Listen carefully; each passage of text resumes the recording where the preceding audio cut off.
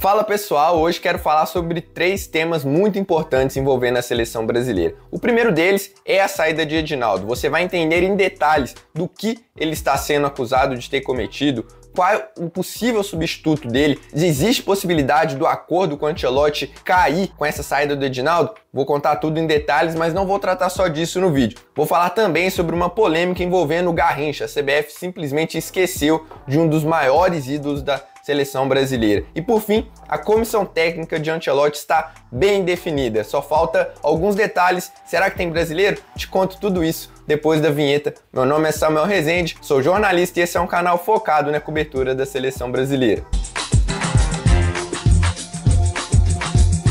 Bom, começando pelo post envolvendo o Garrincha. O que aconteceu foi o seguinte: às 12 horas de quarta-feira, a CBF fez um post. Eu, sinceramente, não sei com qual intuito, com a seguinte legenda: a camisa 7 amarelinha é sinônimo de classe, categoria e muito futebol. E aí o vídeo, que eu tô até deixando aqui na tela, bem curtinho, passando com alguns jogadores que vestiram a camisa 7 na seleção brasileira na história. Aí, claro, você vai ter grandes nomes como o Jairzinho, o Adriano, entre outros, e aí você tem alguns que não fizeram tanto sucesso ainda com a seleção brasileira. Paquetá, Richarlison, Douglas Costa, David Neres, e aí a galera percebeu uma parada: não tem o Garrincha. Cara, como assim você faz um vídeo, assim, com todo respeito, eu sei que isso foi provavelmente de um profissional de comunicação lá da CBF, eu entendo que erros podem acontecer, mas cara, é um tipo de erro que não existe. É tipo você fazer um vídeo exaltando a camisa 10 e não colocar o Pelé, a camisa 9 e não colocar o Ronaldo, a camisa 11 e não colocar o Romário. Cara, é o tipo de erro que não se permite assim num futebol, num departamento sério de comunicação. Não sei se isso passou para camadas acima, mas isso não poderia ter acontecido de forma alguma. E aí, claro, muitos comentários com várias críticas, porque era assim, se você pensar em camisa 7 da seleção brasileira, talvez seja ele e o Jairzinho, que são os únicos que você não poderia esquecer de forma alguma. Garrincha é simplesmente o maior camisa 7 da história da seleção brasileira. Bicampeão mundial, para quem não conhece muito bem a história. O cara, em 62, ele ganha a Copa do Mundo, assim, uma das grandes Copas da história. Lembrando que o Pelé não estava nessa Copa. Então, o Garrincha foi esquecido numa homenagem a jogadores da camisa 7. Só que não parou por aí. Aí, quando foi nessa quinta-feira, quase 24 horas depois, mais ou menos às 12 horas também, a CBF tentou se redimir. Publicou um vídeo de vários lances e fotos do Garrincha com a seguinte legenda: Garrincha com a nossa amarelinha, um dos maiores de todos os tempos, seu legado será eterno. Não pediu desculpa, não pediu nada, mas ficou claro que era uma referência ao esquecimento do Garrincha no primeiro vídeo. E aí no fim do vídeo, desse segundo vídeo, aparece ainda: Garrincha sempre será eterno, esse eterno escrito com um 7 no lugar do T. Ou seja, a CBF tentou se redimir aí com os torcedores, mas foi uma falta de respeito muito grande. Aí eu vi um comentário do VSR, um comentário que eu gosto bastante, da TNT Esportes, dizendo: a CBF se preocupa tanto com politicagem, com coisas internas que não foca no que realmente é o futebol, né, naquilo que é a sua história. Você esqueceu o Garrincha é uma coisa que é imperdoável, cara. Quem fez o vídeo, e não só quem fez o vídeo, né, isso provavelmente passou por várias pessoas aprovaram e não teve uma pra falar: gente, tá faltando o Garrincha. É o tipo de erro, assim, que mesmo quem não acompanha muito seleção brasileira poderia apontar, sabe? Não precisa ser um expert em seleção. Gente, o Garrincha tá faltando nessa lista. E aí no vídeo até aparece o Garrincha usando outros números. Claro, beleza, usou realmente, mas a identificação dele imediata sempre vai ser com a camisa 7. Enfim, mais uma, além do que a gente vai falar do Edinaldo aí, né, mais uma coisa absurda da CBF. Comissão técnica de Ancelotti, eu vou trazer as informações do GE, do Caio Mota, um dos melhores setoristas da seleção brasileira, que trouxe a seguinte informação: a princípio serão 5 integrantes, o Tafarel permanece como preparador de goleiros, não vai sair, lembrando que ele também atua no Liverpool nessa função, e aí são 4 integrantes dessa comissão técnica do Ancelotti que já estão no Real Madrid com o treinador italiano. Um deles é o filho, o David Ancelotti. Esse é o mais questionável, digamos assim. Talvez ele não vá para a seleção brasileira porque ele pensa em seguir a carreira solo, mas a princípio vai sim. Ele é filho de Ancelotti, começou como preparador físico em 2012 no PSG e se tornou auxiliar do pai em 2016 no Bayern.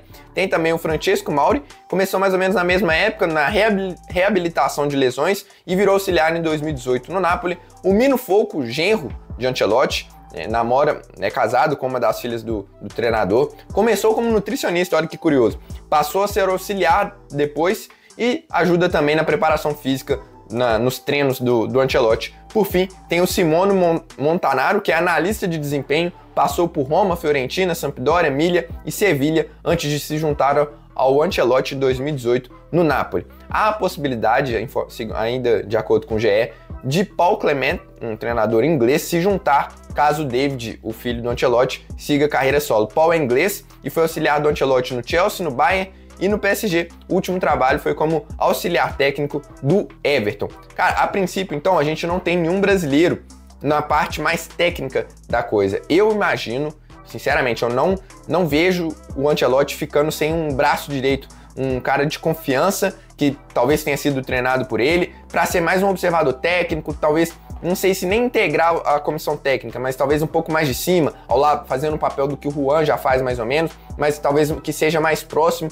ao Ancelotti. Mas pode ser também algum ex-jogador dele que pode integrar ali a comissão técnica, aumentar mais um, para ajudar nessa observação de jogadores, porque você ter um brasileiro com conhecimento da área é fundamental, e eu acho que o Ancelotti ainda vai pensar em acrescentar mais um nome aí, ou na comissão técnica, ou pedir para a diretoria buscar esse nome, e aí vai saber quem vai ser, né? Mas provavelmente um ex-jogador dele, ou alguém com quem ele tem indicações muito confiáveis. Acho que vai ter um brasileiro ali com mais conhecimento na parte técnica para ajudar ele, né, principalmente nas convocações. Bom, antes de falar da grande polêmica envolvendo o Edinaldo, eu peço o seu like, que ajuda muito para você rapidinho. Um clique para mim é o mundo, cara. É muito importante mesmo você deixar o seu like, porque o YouTube entrega esse conteúdo para mais pessoas, e para o canal que ainda é pequeno ajuda muito. E para você que é novo por aqui, fica o convite para você se inscrever, ativar o sininho de notificação, porque tem muito conteúdo sobre seleção brasileira. Então, se você curte o tema, é só se inscrever e, claro, ipar o vídeo. Isso tem feito muita diferença também nos vídeos atuais do YouTube, então dê essa moral aí pra gente. Bom, vamos lá. Aqui agora, papo sério, falando sobre mais um escândalo da CBF. O Edinaldo foi afastado nessa quinta-feira pelo TJRJ, e aí vocês até me desculpem que eu vou ter que ler algumas coisas aqui, porque são muitas informações juntas e é até difícil de lembrar tudo. Então eu separei algumas perguntas aqui e vou responder todas elas, foi as mesmas dúvidas que eu tive, eu acho que a maioria tem também, porque, querendo ou não, política é um assunto um pouco mais complexo, mas eu vou trazer aqui da forma mais simples possível. Por que o Edinaldo foi afastado? Quem assume? Isso atrapalha o contrato com o Ancelotti? O Edinaldo pode recorrer? Então, essas são as perguntas. A primeira, por que foi afastado? O Edinaldo, ele teria falsificado uma assinatura do Coronel Nunes, que estaria sem capacidade mental para assinar o documento. O laudo pericial indica isso, e esse acordo que o Coronel Nunes assinou permitiu que o Edinaldo fosse reeleito, permitiu o pleito que ocorreu em março, e aí o Edinaldo ganhou de forma unânime, sem nem mesmo ter um concorrente. Então, essa assinatura foi muito importante e foi por isso que ele foi afastado nesse momento. Quem assume de forma provisória é o Fernando Sarney, que é vice da CBF desde 2004, um dos vices da Confederação Brasileira de Futebol. Ele é filho do José Sarney, presidente do Brasil entre 1985 e 1990, oposição de Edinaldo. Ele ficou responsável por convocar novas eleições. Não sabemos se isso vai acontecer antes do Edinaldo voltar, mas ele prometeu em uma carta publicada que é o mais rápido possível, ele vai fazer o máximo para tentar ter essas eleições o mais rápido possível. E além disso, 19 federações das 27 assinaram um manifesto pedindo uma nova chapa, pedindo um novo comando da CBF. O curioso é que essas mesmas federações foram as que apoiaram o Edinaldo há pouco tempo para ele vencer, mesmo sabendo de todos esses escândalos. Beleza, o Edinaldo ainda não tinha sido acusado, mas ele já tinha sido afastado antes. A gente sabe a bagunça que é o futebol brasileiro, a bagunça que é a CBF, e essas mesmas federações apoiaram o Edinaldo. Como é que a coisa muda de um dia para o outro, né? E segundo o Marcel Rizzo, que também é um jornalista que cobre aí as coisas da CBF, a seleção brasileira, um dos nomes citados por quem está ali articulando nos bastidores da CBF seria o de Samir Chaud, presidente da Federação de Roraima. Atrapalha o contrato com o Ancelotti essa saída do Edinaldo? A princípio não. Informações da ESPN e do GE falam que o Ancelotti já foi avisado, já sabia da possibilidade do Edinaldo sair, ele já assinou o contrato e falou que o contrato dele é com a CBF, não com o Edinaldo. Os opositores aprovam o Ancelotti, ele teve essa informação antes de assinar o contrato, e o próprio Sarney, em entrevista nessa quinta-feira, afirmou o seguinte, abre aspas, não vou mexer com isso não, futebol segue a sua vida, sou apenas transitório. Então ele não vai mexer no comando técnico da seleção brasileira, e cá entre nós, né, eu acho que não tem nenhum dirigente que seria louco o suficiente para mandar o Ancelotti embora por opção própria, a não ser que o cara tem que ter um ego muito grande para isso, né, não vejo isso acontecendo. O Edinaldo pode recorrer? Pode. Cabe recurso. Na última vez ele conseguiu retomar um mês depois para o comando da CBF. O Edinaldo, ele acredita inclusive que ele vai vencer no STF. Ele responde ainda a 2 denúncias de comissão de ética da CBF, ou seja, mesmo que ele ganhe essa questão no STF, ainda tem a possibilidade da comissão de ética da CBF fazer alguma coisa nesse sentido. Ele responde por assédio moral, sexual, perseguição, humilhação e também pela assinatura do Coronel Nunes, que está sendo apurado internamente na CBF.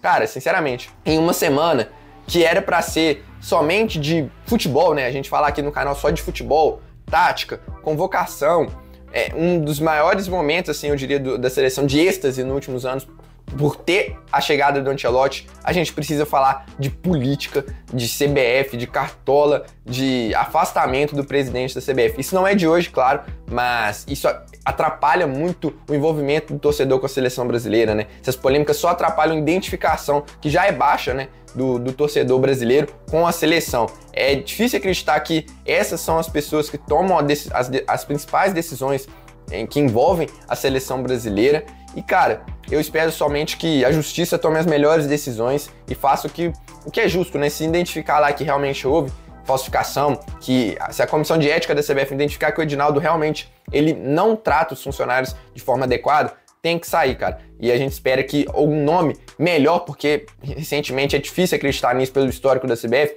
assuma o comando. Mas, enfim, quero sua opinião sobre os 3 temas. O que você achou da CBF esquecer o Garrincha? E você consegue pensar em alguma coisa que tenha passado na cabeça desses caras? E a comissão técnica do Ancelotti, te agrada ou falta um brasileiro nisso?